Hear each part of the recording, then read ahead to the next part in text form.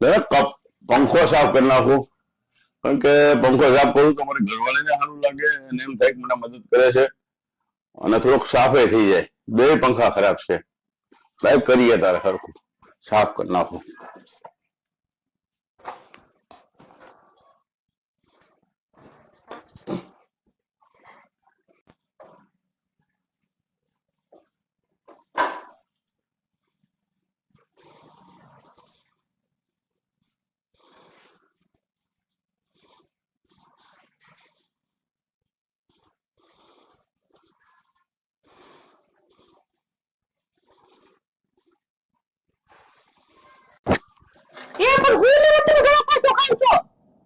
હું મારી ભૂલ થઈ.